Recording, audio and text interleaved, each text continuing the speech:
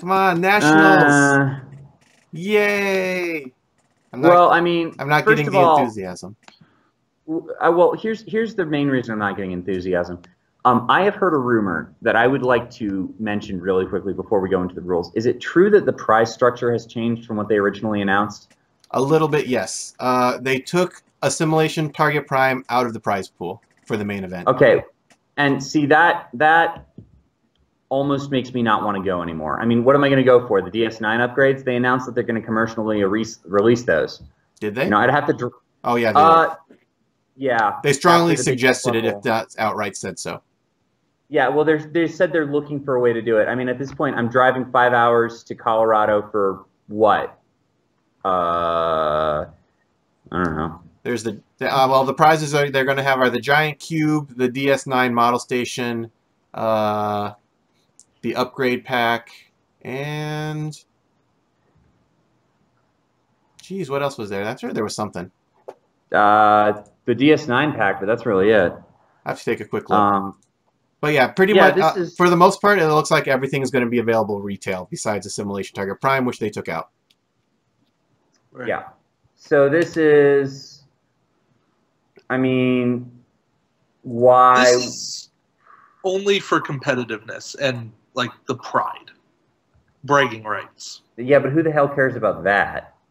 And the free ticket to Nationals. Yeah, but we don't even know what this prize structure is for Nationals. We don't even know. We have no details on Nationals. For all we know, there isn't even going to be a Nationals. It's going to be a 2015 Origins Gaming Fair, in theory. Yeah. In theory. All right, so here is the prize structure. And I'll just go ahead and move this over here so people can see it. So, winner gets an Attack Wing Large Board Cube and a seat at 2015 Attack Wing Championship. Second, also I believe they get everything in the lower tiers as well. Yeah. So number 2 gets the Deep Space Nine, the Dominion War Prize version, which makes me sad because the Dominion War Prize version is not the one that's going to be retail. That comes with, the movement dial, but I don't think the retail one is going to have upgrades anyway. So I guess that's not too terrible, but still. Yeah. I mean, it just honestly, it makes it look like they're just clearing out their back stock. They are. Top 4 get a Star Trek Attack Wing Con promo card. Yay, finally there might be enough of them in circulation. It's getting close ever since the con in your store. Con in your store. I picked up another one. We had 3 copies here. It was nice. I don't know. I have survived without con. I think I will continue to survive without con. Yeah. I've run them once. It's okay. There's other ways to boost your captain skill now, so yeah, that's another big factor. Top 8 get the Star Trek Attack Wing Cloaked Ship Pack. Now that'd be nice to have. That was something I wanted even without the upgrade pack with it. Wait, I thought you hated cloakers. Well, I'd like the only cloakers I ever run are my Keldons and my science vessels.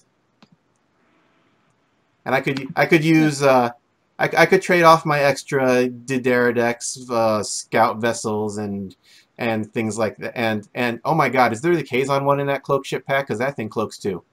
No.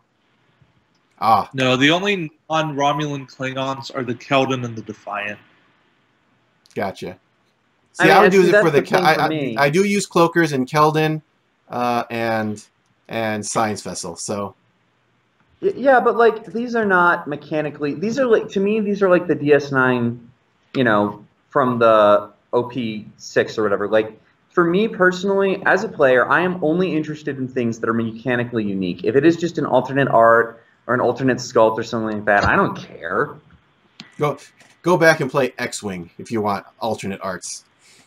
Well, I don't. That's what I'm saying. Like exactly. Like yeah, it's like why I'm still as somebody who has to drive for 5 hours through snowy ass mountains, like, pardon my language, but those things are terrifying. Yeah. I'm doing it. I'm doing it for. I mean, I guess there are cards that come with the board cube, but that's going to be available for retail if I want. And price of entry plus gas will still probably be cheaper. Plus your time. My time is worthless. Uh, I don't get paid for doing this show. Do you guys? Are you guys getting something I don't know about?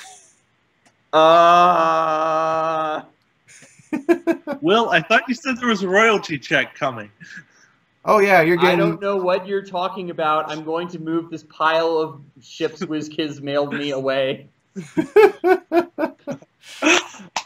I mean, look, guys, the reason you can't see me on webcam is because my room is literally just filled with all of the tactical stations that WizKid has sent me. I can't move. See what he actually has is like the Scrooge McDuck money bin, but it's full of attack wing models, and he's just swimming through it. Just tactical stations. Or tactical consoles, or whatever they are. Anyway. All right. Yeah, no, in all seriousness. We digress. Top 16, if applicable. Yeah. The Attack Wing Deep Space Nine upgrade card pack, which people were beating down the doors for and couldn't get. And it will be commercially released at some point. Hopefully. The question is when. Yeah. And after that, there's some bonus prizes just for attending. All players with 2 wins get 2 cards from the upgrade pack. With 1 win gets 1 card, and some of the red shirts who got 0 wins might also get cards, which, as far as I've seen, the events are limited mostly to 64 people, so that covers all 64 slots. What's interesting is there's some events that are limiting to 32 people, so if you're lucky, you might walk out of there with a DS9 just for having a winning record. A DS9 pack, I should say. Yeah. That'd be cool. Yeah. But yeah, all right, so there's our prize structure. And we've got a lot of general rules. They're pretty basic for most tournament things. You have to provide your own ships. Ooh. Don't be late. Don't cheat. Dice which are cocked more than 15 degrees or roll off the table must be re-rolled. To test if a die is considered cocked or not, place a test die of similar size on top of the die in question. If it remains in place, the die result stands. If the test die falls off, then the die has to be re-rolled. I honestly think that's probably one of the best cocked dice rolls I've ever seen. Just because that's like the only cocked dice roll I've ever seen. Sorry? That's like the only cocked dice roll I've ever seen. And yeah, go on. Well, yeah, but I mean, I've seen so many people argue about whether a die is cocked or not, and this finally just says, here is a way to test if it is cocked, according to the rules. And I'm like, you know what? I can get on board with that. At least it's in the rules. Otherwise, you're going to have people bringing in protractors. Oh, God, yeah. Sorry, I'm a math guy. I got to make that joke. We already have rulers and tape measures for centering things. It's like, come on, guys. Yeah, that would really result in some protracted arguments. Waka waka. You can tell this is right after a holiday weekend, because this show is going down the tube. Oh, boy. I was like, are you drinking over there? I don't got anything to drink. You better share. I just got water. I actually don't drink. Rum. Okay, Romulan ale. I don't drink either, but you got to make the joke at some point. I don't feel drunken Star Trek Attack Wing is very conducive to competitive games. All right. Will, bring us to the next rule, the one that you hate. Electronic devices. Players' cell phones / tablet PCs or other electronic devices are not permitted for use in the gameplay area for purpose of research of game information. I think that's supposed to be or, but whatever. Basically don't use them, even if you're just using them for calls, try to avoid it. But the thing that this gets to me is that there is going to be, it sounds like there is going to be no recording at all of the tournament whatsoever. No, I mean, you can record things. There's nothing that says you can't record here. You just can't have research of game information or phone calls, voice messages, texting, or other means of communication. You can't live broadcast, I don't think, but you could record. So what exactly does research of game information even mean? It means, and this is what pisses me off, you can't look stuff up on the FAQ. That is what it means? Seriously? That is literally... That has to be what it means. which is Because silly. I could understand so if they're dumb. because the way I was looking at this when I first read it was I can kind of understand if you're taking photos so that you can't share other people's builds with people they might be facing in the future, Well, but that was the okay. only thing I could think of for it. Well, no, hold up, back up. The main reason this rule is in place, this for you folks at home is in the general rules, meaning it applies to STAW and to HeroClix. The main reason this is in place is that part of the skill of HeroClix is knowing what's on your opponent's dials that isn't visible. Being able to look up what's on your opponent's dials, how many times you have to hit your opponent before they die, that in HeroClix is actually hidden information. And being able to look that up significantly changes the game. Now, with that said, this rule should not apply to Attack Wing. I hope not.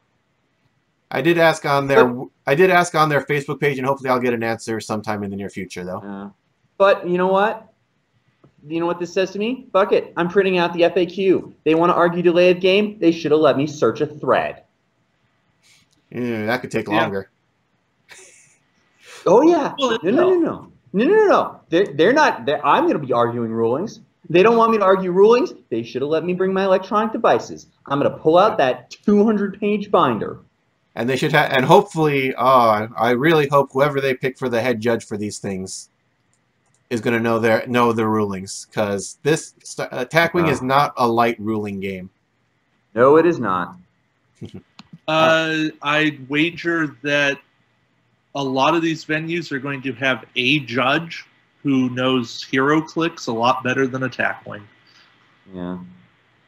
But the thing is, this is also from Marvel Dice Masters, so you've got 3 different games going on. So any You cut out, more David. judges. Yeah, you cut out there, David. I was saying you've got HeroClix, Dice Masters, and Attack Wing here. Mm-hmm. So any shot that's worth their salt should have 3 judges. But how many venues are worth their salt? Hopefully a fair number that are getting these opens, but I don't know. Yeah, that's a good point. But I don't know. It's just So I wish one of these was in Florida. I know 3 people that know rules here. I have head judged large events before. I was head judge for a large tournament. It's called a Cote for a game called Legend of the Five Rings. And let me tell you, that was a complete Charlie Foxtrot.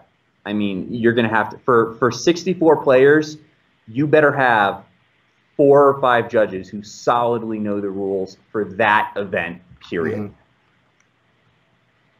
Yeah, you definitely need a number of judges. Yeah. All right. Let's see. Last one on the general ruling. Spectators are expected to not comment or ask questions on tournament games in progress. If you do, you may be asked to leave.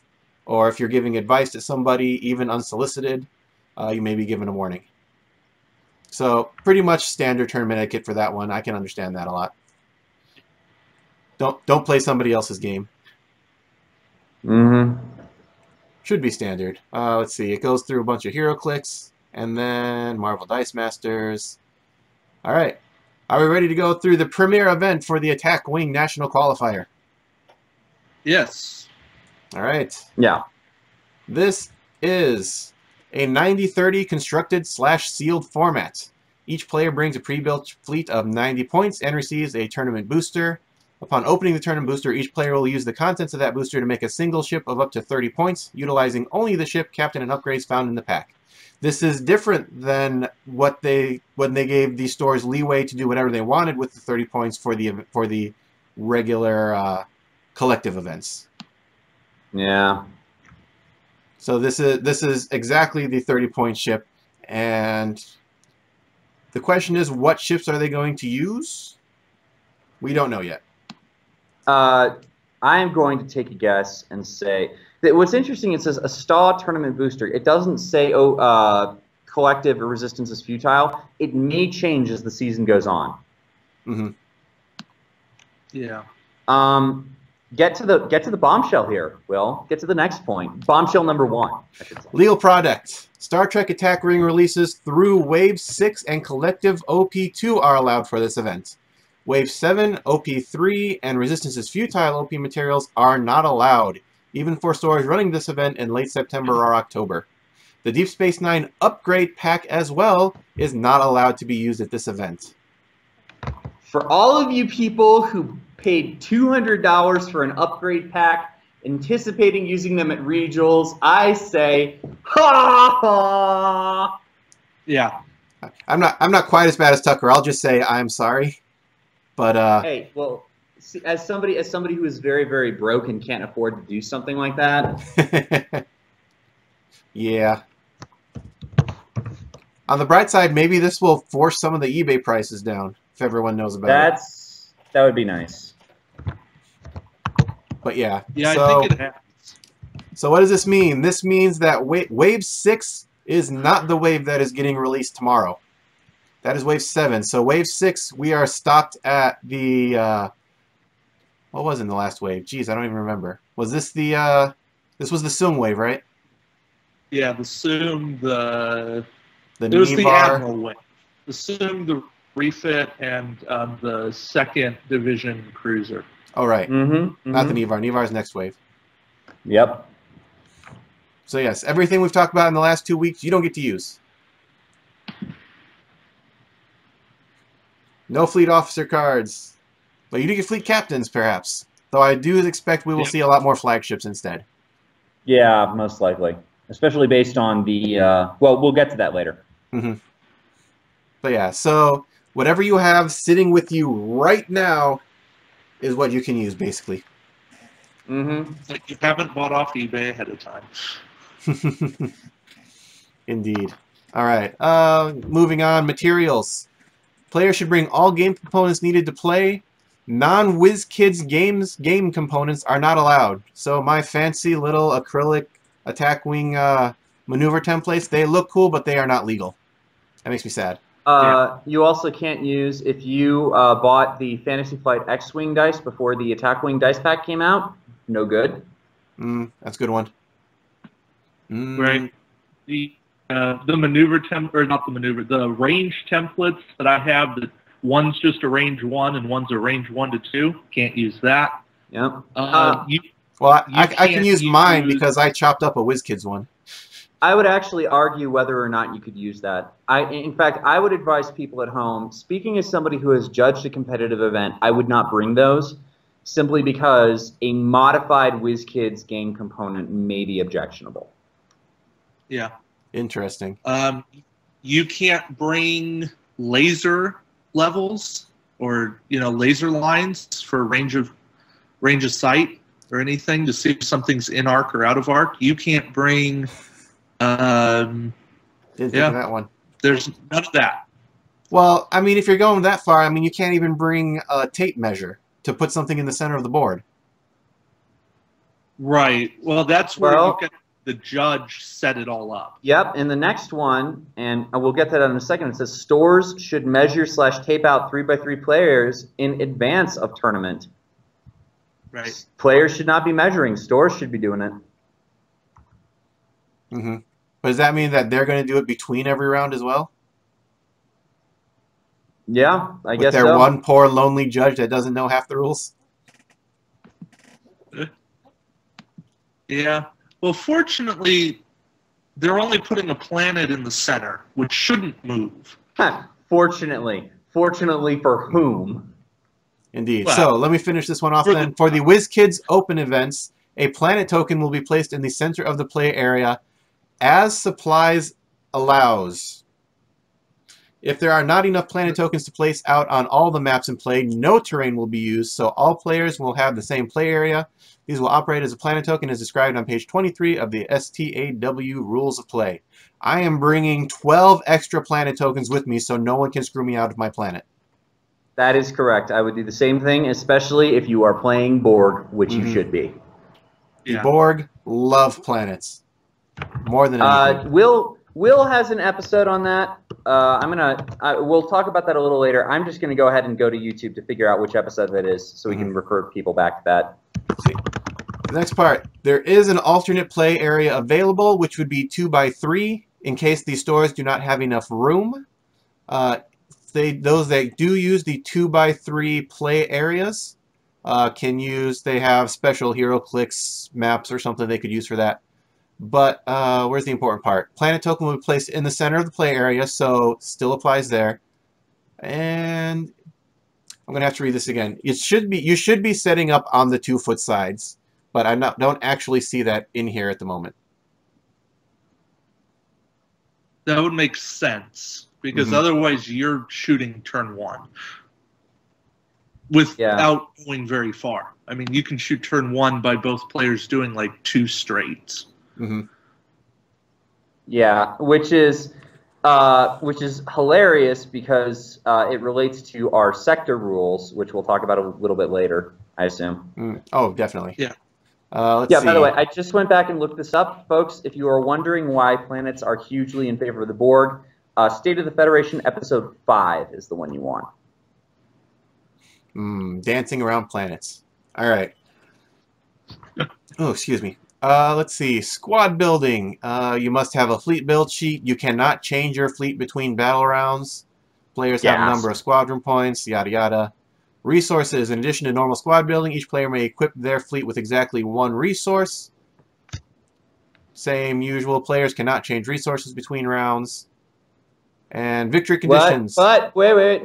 There's one thing you forgot. What Players may choose from among any resources from the Dominion War or collective storyline organized play event series. You cannot use skilled helmsman, chief engineer, or whatever the other one was. The ones from the episodes? Just those 2.